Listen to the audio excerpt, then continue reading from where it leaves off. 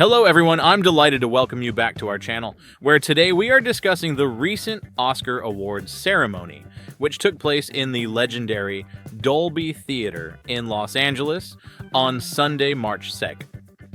This event once again became the subject of heated discussions, as the 2025 Oscars turned out to be a turning point in the history of the U.S. Academy of Motion Picture Arts and Sciences. This year, the Academy decided to take a new path by abandoning a number of previously adopted innovations and high-profile changes that had been implemented in recent years.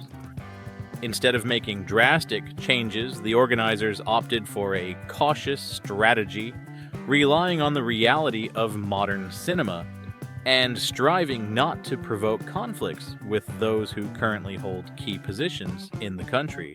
What exactly happened at this Oscars, which many are already calling the most unexpected in the last 10 years?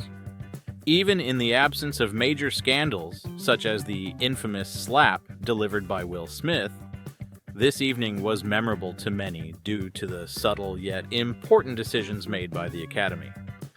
The questions who emerged as the champion and who turned out to be the biggest loser became the center of discussion both on social media and in specialized publications. In this piece, we will thoroughly analyze who managed to win the coveted statuette and who, on the contrary, was left without an award, and why Hollywood, facing pressure from the new American administration, decided to act with utmost caution so as not to worsen the situation. Let's begin with the most important winner of the evening, the victor in the Best Picture category. It is worth recalling that this prestigious category always evokes strong emotions, as it features films capable of capturing the hearts of both audiences and critics alike.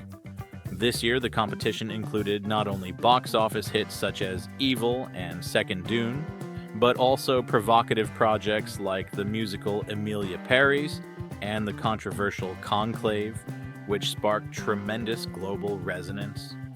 However, as numerous online reviews have shown, the Academy this time chose a path in which the top awards were not granted to films that were simply audience favorites or critics' darlings. Instead, the most neutral and perhaps the most unpredictable candidate was chosen, the film Onora, directed by Sean Baker.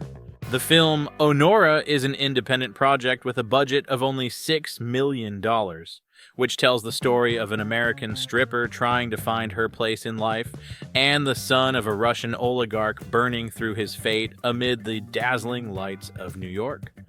The plot of the film includes elements of a fleeting romance, passionate experiences, and difficult life decisions, making it particularly interesting for viewers who love unconventional and profound stories. Online sources note that Onora received a wealth of positive reviews for its sincerity and its ability to raise important social issues, while remaining neutral toward all the sharp political and social topics. That is why the Academy decided to give preference to this film, despite its relatively modest popularity among the masses compared to blockbuster films like Dune 2. It was also unexpected that Onora, despite its modest budget and independent production, became the leader in nominations. The film not only won in the Best Picture category, but also received 4 additional statuettes. For Best Director, Sean Baker. For Best Leading Actress, a performance by the 25-year-old Carla Sofia Gascon. For Best Original Screenplay, and for Best Editing. Thus, the total tally of awards for Onora reached a full 5 Oscars.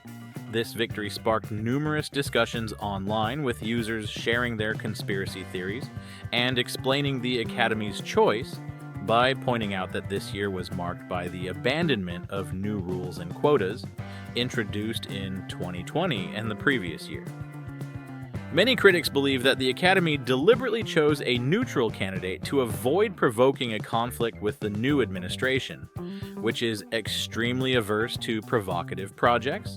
In addition to the main contest, this year did not lack interesting details in other categories. For example, in the Best Leading Actress category, the award went to actress Mikey Madison for her role in Honora. This category always sparks heated debates, and in 2025, the competition was especially fierce.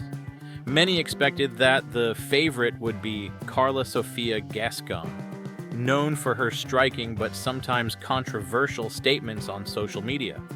However, her previous scandalous tweets played a role, and despite her accumulation of nominations, a total of 13 in her favor, the Academy did not dare to grant her the main prize.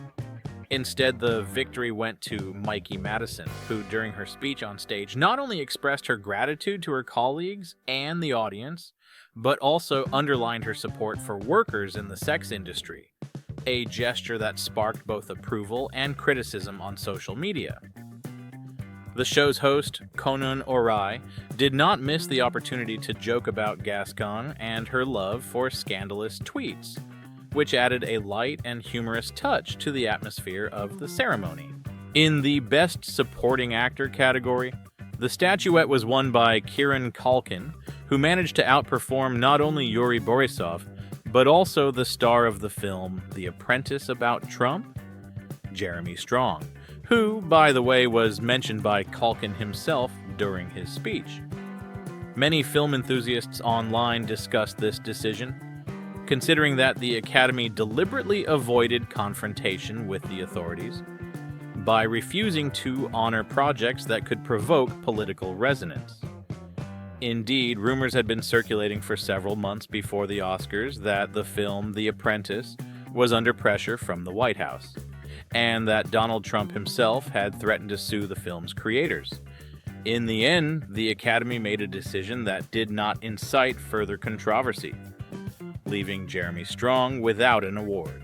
For Best Actor in a Leading Role, the award was given to Adrien Brody for the film Brutalist. This became a significant event for the actor, who now became a two-time Oscar winner, a feat not achieved by everyone. Brody not only confirmed his status in the world of cinema, but also sparked interest among viewers, who actively discussed his performance on social media. His victory was met with enthusiasm by both critics and ordinary fans, as Brutalist proved to be an excellent example of modern cinema, capable of combining a profound plot with visual mastery. Moving on to another important nomination, Best Adapted Screenplay. The winner was the film Conclave. Despite the project receiving around 8 and 10 nominations, it managed to win only one statuette. Many film critics online noted that Conclave failed to become a true favorite due to a multitude of controversial moments in its content and was perceived as too risky a project. Some reviewers even labeled it anti-Caw, while others argued that the Academy deliberately decided not to tease the Catholic community, which might have reacted negatively to overly provocative themes. It is also worth mentioning the film Evil, which received 2 well-deserved awards, for Best Production Design and Best Costume Design. This choice was widely recognized as fair by many, as the visual component of the film truly deserves attention. Online reviews appeared in which experts noted that the style and costume design in Evil became a real treat for lovers of aesthetics and thoughtfully crafted artistic staging. Moreover, one cannot fail to mention Emilia Paris, a film that received a total of 30 nominations, but ultimately ended up on the fringes of the ceremony. Despite the project winning an Oscar for Best Original Screenplay and another for Best Song, many online users felt that the balance between nominations and actual awards in this case did not favor Emilia Paris. This outcome sparked a host of discussions. Some claimed that the Academy was trying to avoid conflicts, while others maintained that it was a sign of shifting priorities in American cinema.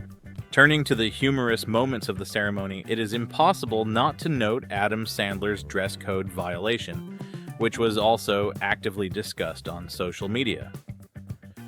Many users observed that this incident became one of the most memorable moments of the evening.